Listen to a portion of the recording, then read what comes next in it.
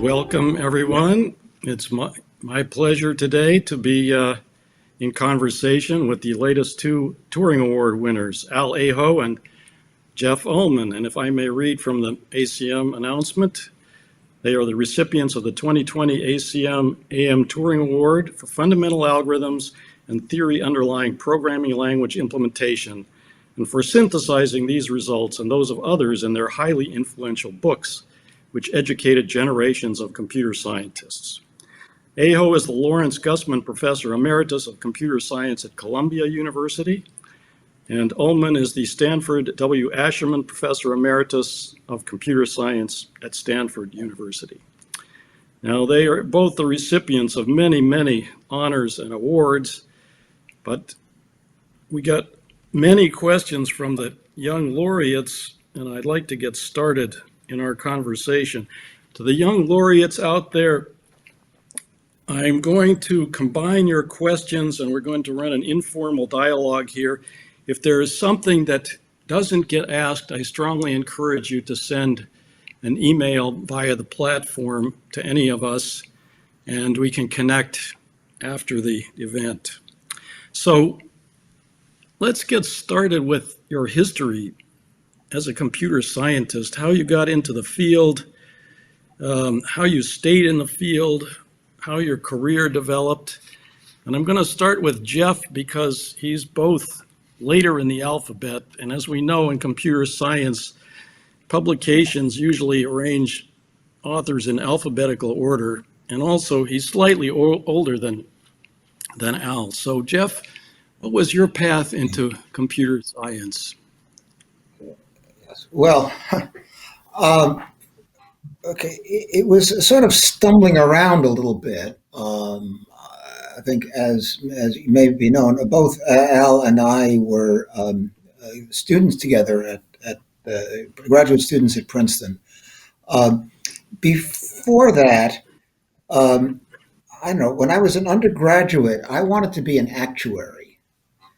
Now, an actuary is it's basically a mathematician who works for an insurance company, calculating, what kind of insurance policies make sense.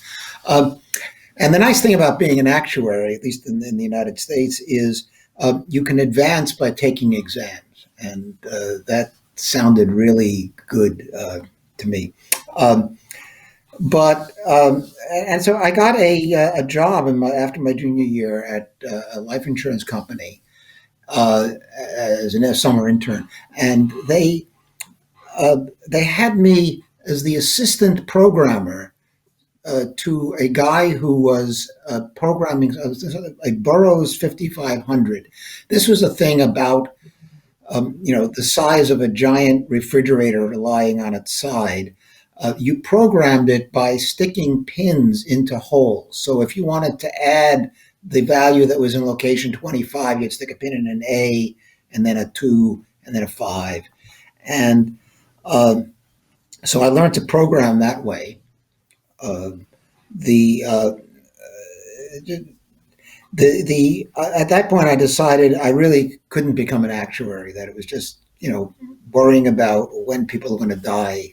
I just did not want it. That was not going to be my life's work.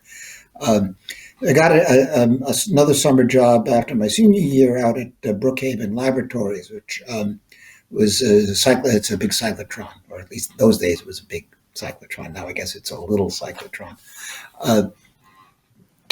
And they taught us Fortran, which was a new language which had just been invented. So I learned actually to program in assembly language.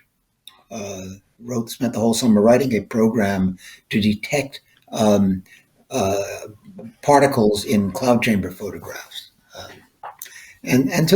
So when I went to Princeton, we had to pick one of three programs, and I think it was solid state physics, or communication theory, or what was called digital systems. And so that was sort of my only real experience was writing, programming computers.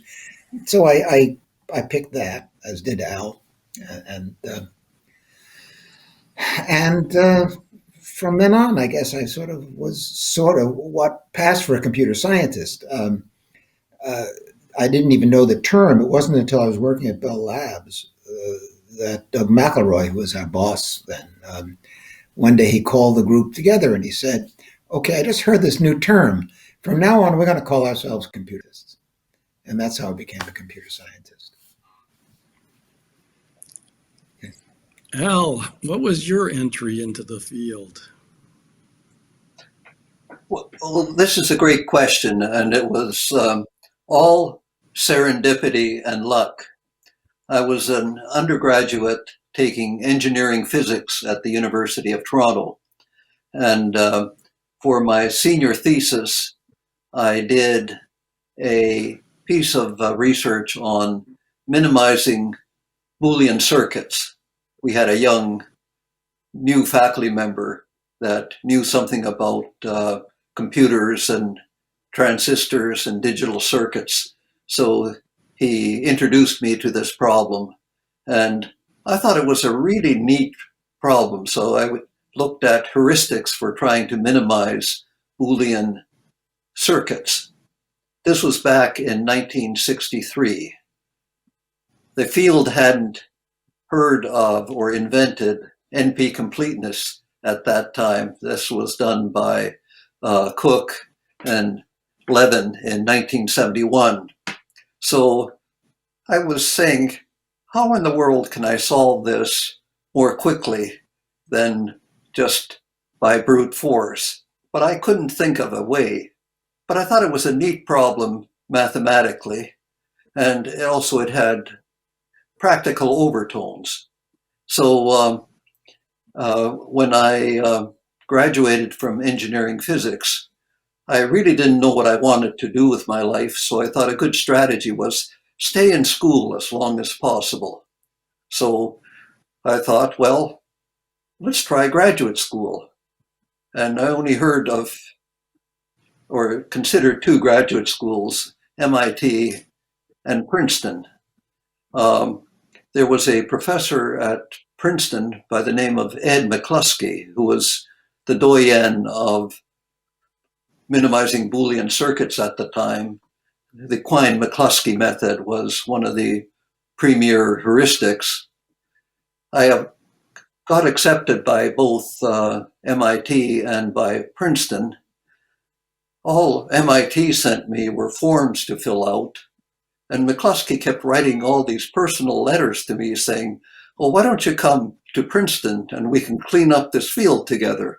So after a little bit of thought, I said, why do I want to go to a school that treats me like a form when I can go to Princeton and study under this great man? And when I got to Princeton, I met Jeff Ullman. I think I met him in the registration line for the PhD program, but he doesn't remember that. But we were in a lot of classes together and a lot of activities outside of class as well. So we both joined Bell Labs, Jeff a couple of months before I did. And I also worked for Doug McElroy. We were in the same department.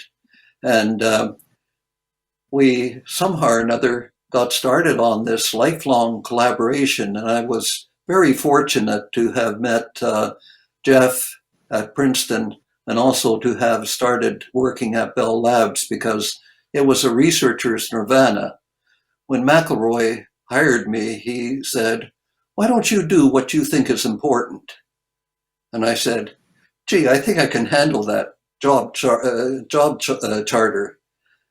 The only problem was that Bell Labs was full of all of these Nobel laureates in physics, and Ken Thompson had his office next to mine. Across the hall was Dennis Ritchie. And there were all these brilliant people. And then after a while, it occurred to me that maybe I'd better do something to become noticeable in this crowd. Otherwise, I just won't survive. But it provided a great start to my research career. And what I particularly liked about Bell Labs was that Unix was being developed at that time, the Unix operating system, And there was a lot of interest in programming languages and compilers. And I had done my PhD work on index grammars and nested stack automata, formalisms for generating formal languages. So I thought trying to look at what kind of research would facilitate compiler writing. And I was also particularly enamored with doing crossword puzzles. So I created a regular expression pattern matching program called egrep. And with egrep and the OED dictionary, there wasn't a New York Times crossword puzzle I couldn't solve. So I became very interested in efficient algorithms for doing fast regular expression pattern matching. And this turned out to be a very good pastime because regular expressions were used in a lot of Unix programs.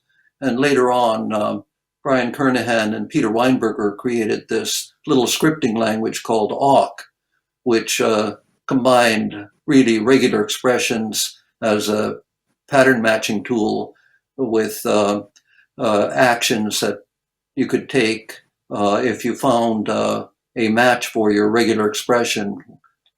And we generalize this to more general expressions as patterns. So this tool we used to solve a lot of routine data processing problems that we had. I found myself having to keep track of budgets, write reports, and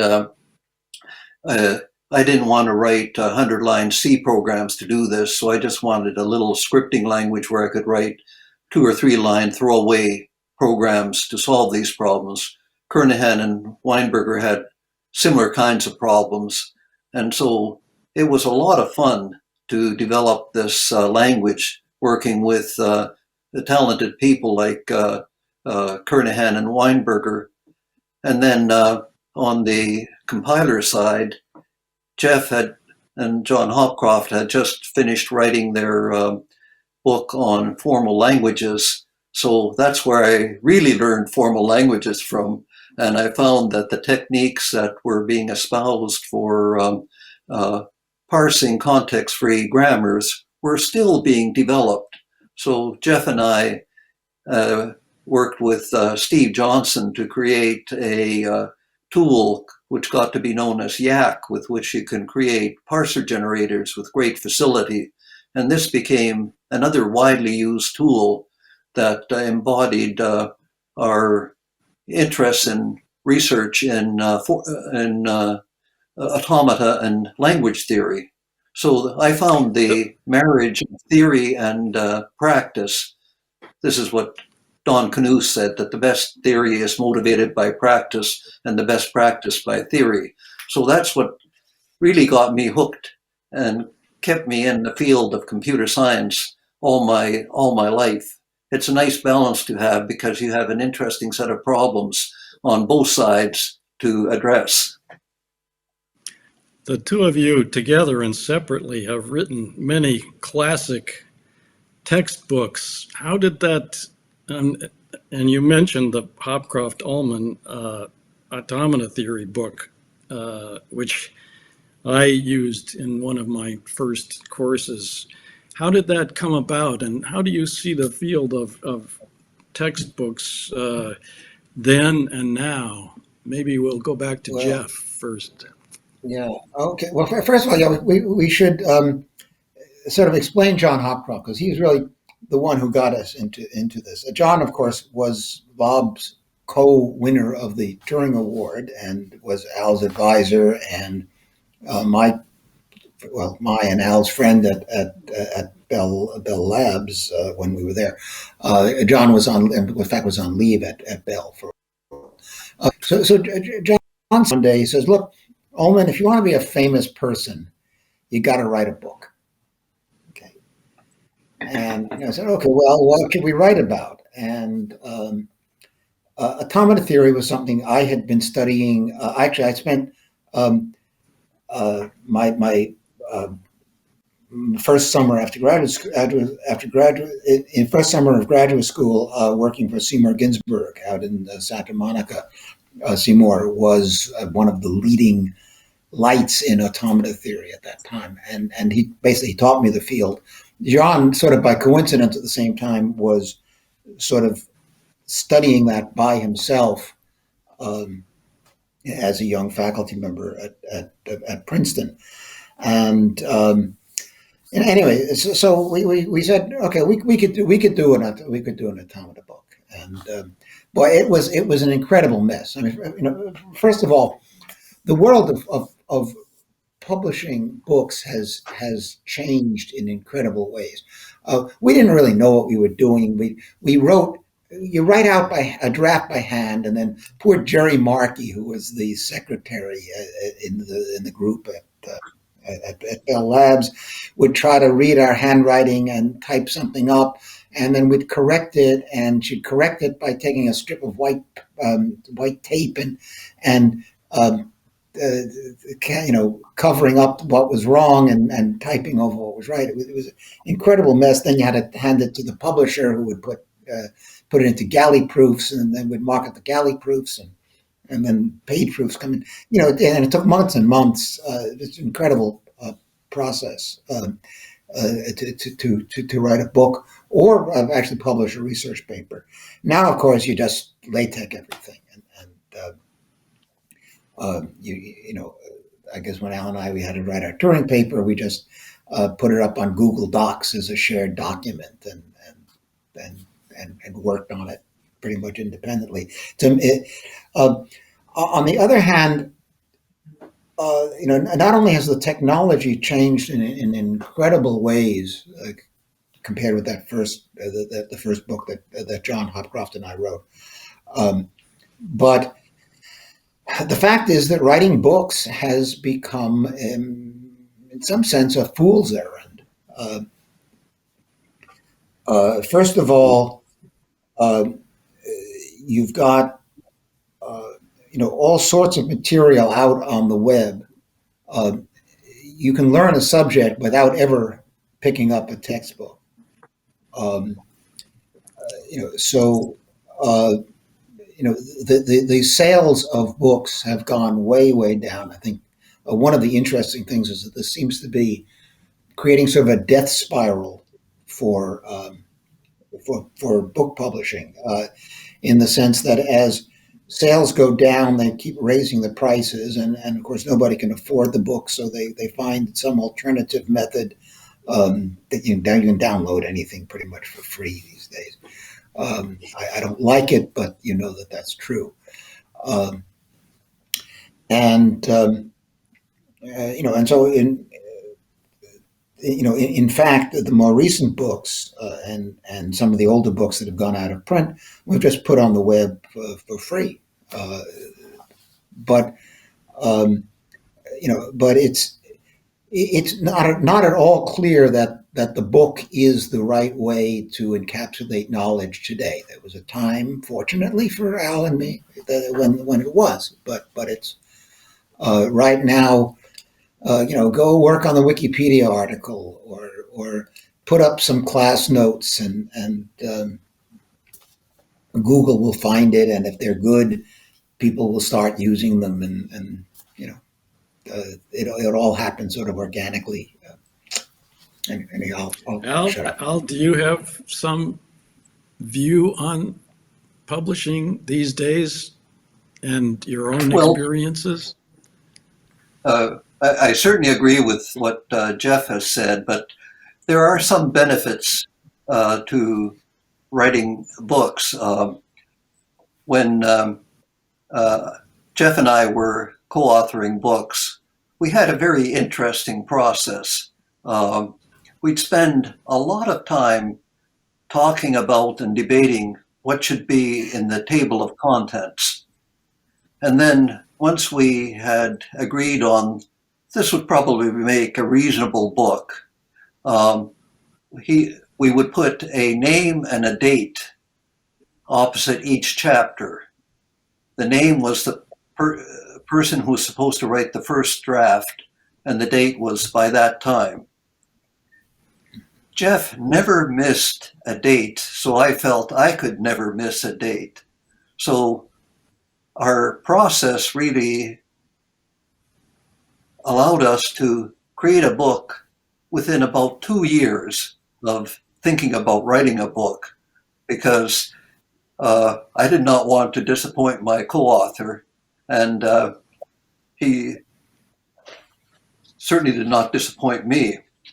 But what I have found is that writing books, teaching, and doing research are highly synergistic. So when I first joined Bell Labs, I taught out of hours at the Stevens Institute of Technology, and we were working on our Dragon book at the time, so I was using drafts of the notes for the Dragon book as lecture notes. And there's nothing like trying to explain a concept to students to discover you really don't understand that concept that well if you can't explain it to students in the terms that they can understand. So I think this is what accounted for why our books became widely used, that they went through this forge of trying to make the material understandable to a broad class of students. The other aspect, say in particular the Dragon book, is that there were people, the colleagues of Jeff and mine at Bell Labs, who were using some of the ideas in the compiler tools that they were building and in the compilers that they were building. So we were actually creating algorithms and concepts that would be useful, but we also had with our theoretical background, the ability to look at what are some of the properties of these formalisms that we're using. So we wrote 2 books on compilers before we published the Dragon book. This was the theory of parsing, translation, and compiling. And it was sort of a compendium of all the theory that was known about that time about parsing methods, translation methods, automata, and so on. And that provided a very good theoretical foundation for what we put into the Dragon books. So I have found, again, the combination of theory and practice to be a good way of focusing your ideas on things that are theoretically interesting, but will have long-term consequences. And I think we were very lucky to be in computer science when we were, because these ideas became some of the main elements of the computer science curriculum. Certainly the Hopcroft Almond book on language and automata theory became a standard text.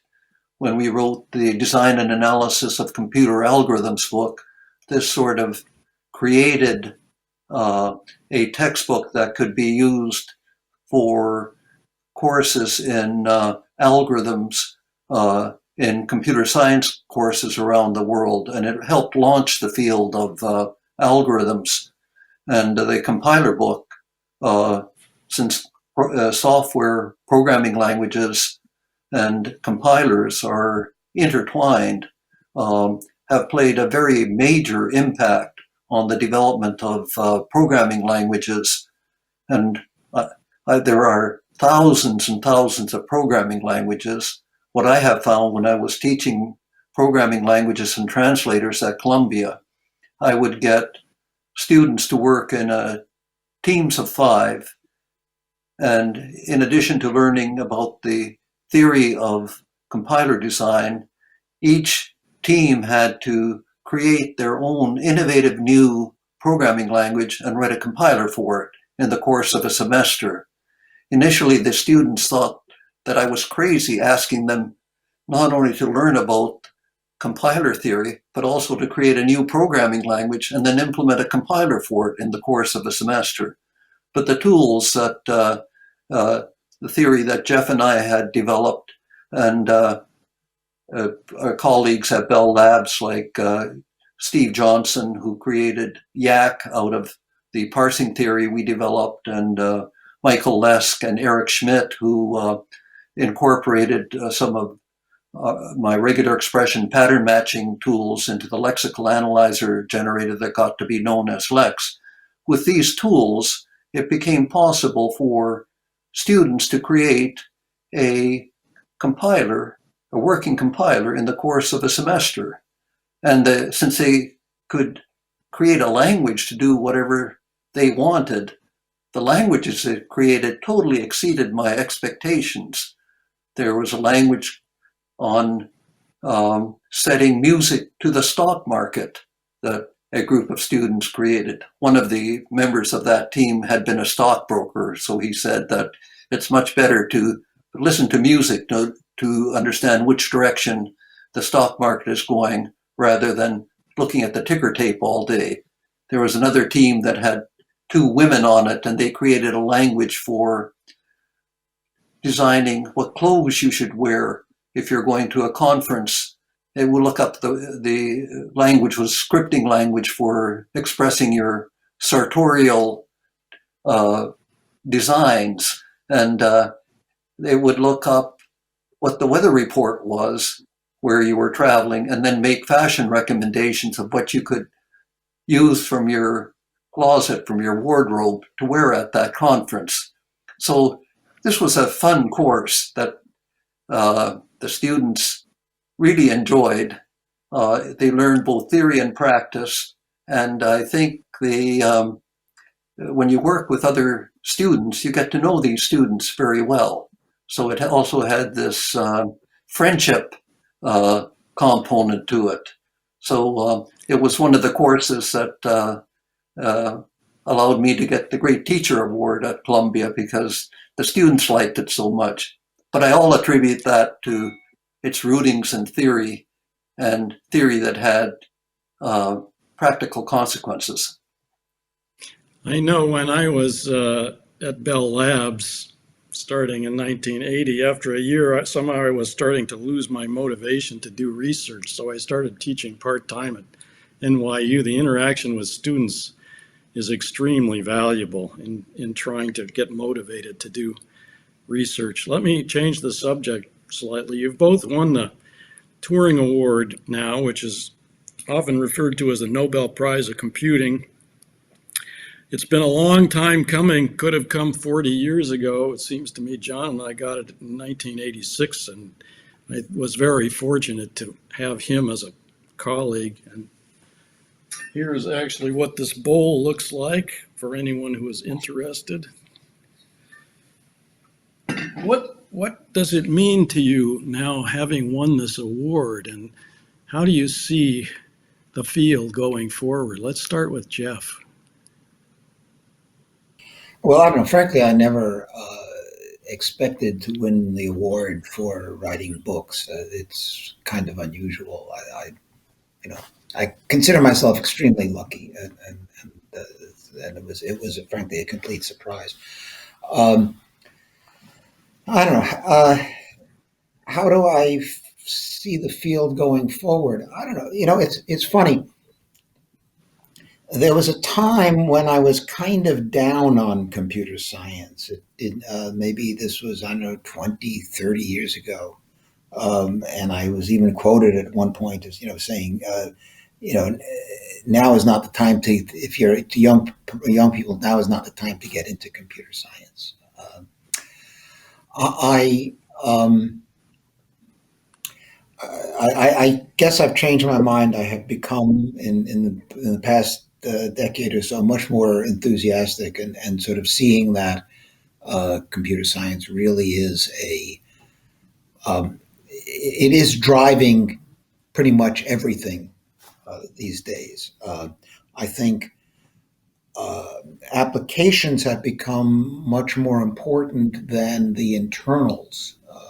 Again, you can sort of divide computer science into the people who are worried about the internals, the compilers, the operating systems, computer security, cryptography, and then these are networking these are all very, very important these days too. But what seems to be really driving the field forward is the applications, the idea that you can, um, uh, you know, machines have become so powerful and our programming tools have become so powerful that you can do some amazing things with enormous volumes of data and just learn about things uh, in ways that we just could not imagine a couple of decades ago. So I would um,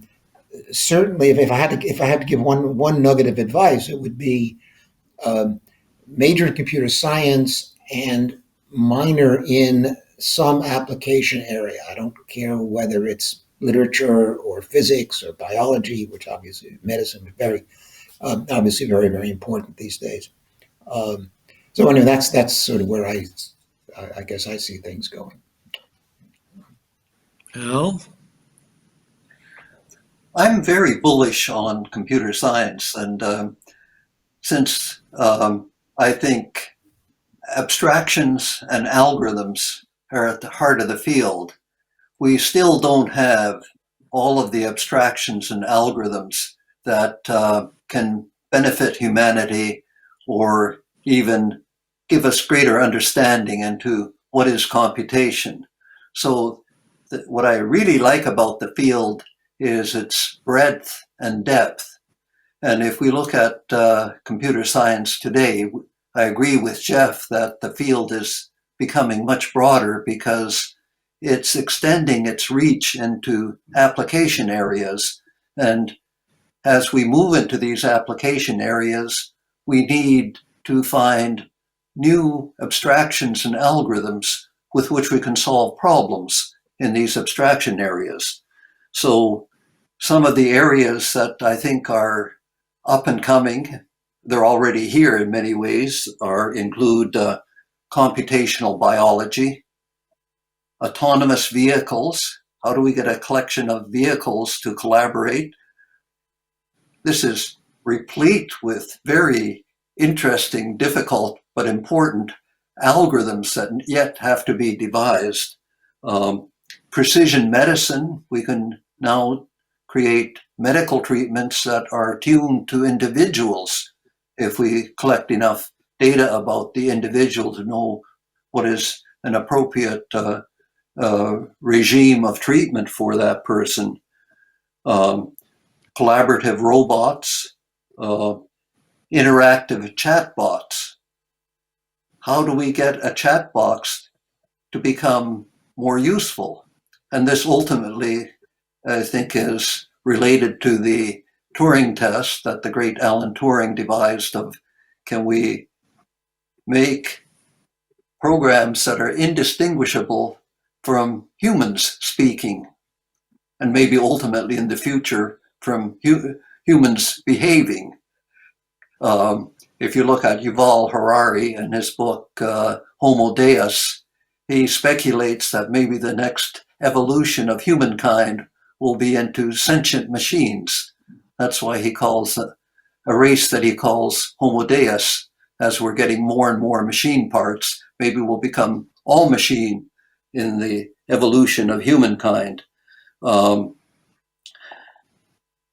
computing is an area which I've become interested in recently, and I wish I really understood phenomena of quantum mechanics like entanglement.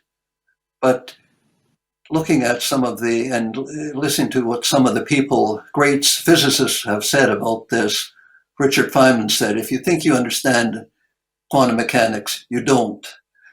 And I'm certainly in that category. Security and privacy are very important areas for today's global information infrastructure. And we still don't have good solutions to implement security and privacy on a worldwide scale. And recently, how do we prevent the dissemination of news, fake news, malicious news that can cause all sorts of havoc.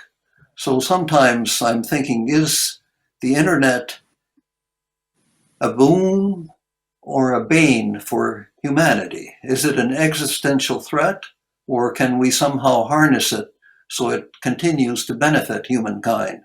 So lots and lots of interesting problems. And if you want something truly challenging, can you find an abstraction to explain and understand human consciousness? The medical profession doesn't even have a good definition for the term consciousness.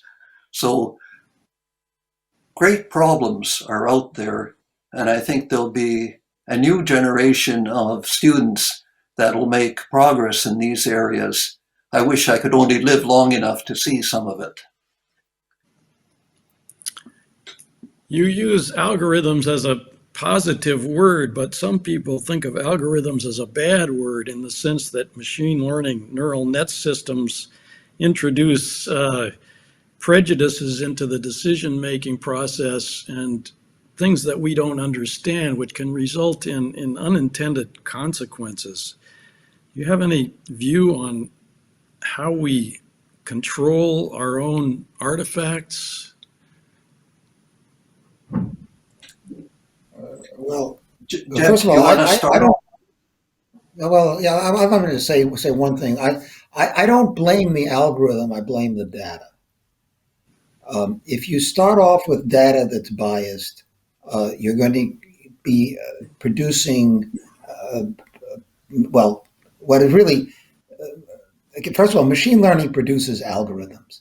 It does it in a very funny way in that it does it by examining the data rather than by some algorithm designer writing the code for the algorithm. But it's basically developing an algorithm, and if since the algorithm comes from the data, if the data is bad or biased in some way, then you're going to get an algorithm that's bad. Just as if an algorithm is written by someone who is biased, the algorithm may reflect those biases. So I think it's easier to tell whether your data is biased. To just test it. You just let's say if it is data culled from an unrepresentative population, you can analyze that data and realize where it is, what parts of humanity you're missing, for example. So it's I think it's easy. I think we have to be careful with where we get our data from, how it's produced, but I don't think that the methods of machine learning by themselves are the cause of bias. Let's put it that way. Al, you care to add anything? I think Jeff is right on, but let's go back to something you asked right at the beginning of this question. You said algorithms are bad. Let's look at what an algorithm actually is. The definition of an algorithm, if you want to explain what an algorithm is to a layperson, you say it's a recipe for doing something. How can a recipe be good or bad? It depends on what you're doing with it. What irks me is that my definition, formal definition of an algorithm, is a Turing machine that halts on all inputs. What I've noticed is that some of the textbooks have bastardized this definition and said that an algorithm is a Turing machine. It doesn't have to halt on all inputs. Yet, I've asked Don Knuth, does an algorithm have to halt on all inputs? And he says, of course. So when Jeff and I wrote the Design and Analysis of Computer Algorithms book, we called a Turing machine that didn't have to halt on all inputs a procedure, and a Turing machine that had to halt on all inputs an algorithm. So it's making a distinction between recursive functions and partial recursive functions if you go back to mathematics. But algorithms are like integers. They're a fundamental abstraction, and they can be used for ill or for good, and it's up to whoever is designing the algorithm what purpose he has in mind. Thank you. Let me go back to Bell Labs. We were all at Bell Labs when it was still a wonderful place to be, but now it seems the whole model of industrial research has changed. Bell Labs got cut up into many pieces. IBM research kind of faded. How do you see career paths for young computer scientists, and in particular, the non-academic, the industrial path, be it applied or research, and where are the good places these days? Jeff? Let's make Al go first for a change. Al? So this is a great question because my students often ask me, where are the good places to go? And when Jeff and I and you were at Bell Labs, this was the heyday of Bell Labs research. We didn't have to write a research grant every year to say what we're going to work on. And if we or our boss thought that we were doing great research, and the bosses were people who had been great researchers and continued to be great researchers, they appreciated good research. So it couldn't come better than that. But the world has changed, and as you've pointed out, Bell Labs is no longer the Bell Labs of the 40s to the 80s, when all these great inventions like Unix and the transistor came out of Bell Labs. But there are still some bright spots in industry. I think that Microsoft research has some brilliant people, and I recommended that one of my most recent PhD students go join Microsoft research. She was interested in quantum computing. This is Krista Svori, and she took some of the things that she learned at Columbia and helped develop the Q-sharp quantum programming language as part of her research program there, in addition to doing lots of other interesting research on search. I think some of the work that goes on at Google could be classified as interesting research. So I think one needs to perhaps choose a little more carefully, but guided by specific elements of what do you want to work on. The unfettered kind of research is not there in almost all of industry anymore. Unfortunately, we're almost out of time. Let me give you each a final word. If you have anything you'd like to say to the young researchers about computer science, mathematics, future directions, their career paths. Jeff? I would say this. Remember, if you're a student, your advisor is supposed to be working for you, not vice versa. You don't work for your advisor. Your advisor is supposed to be teaching you, helping you to achieve what you need. If you are going to be a teacher yourself, remember that about your students. I think it's very important. Students need the help.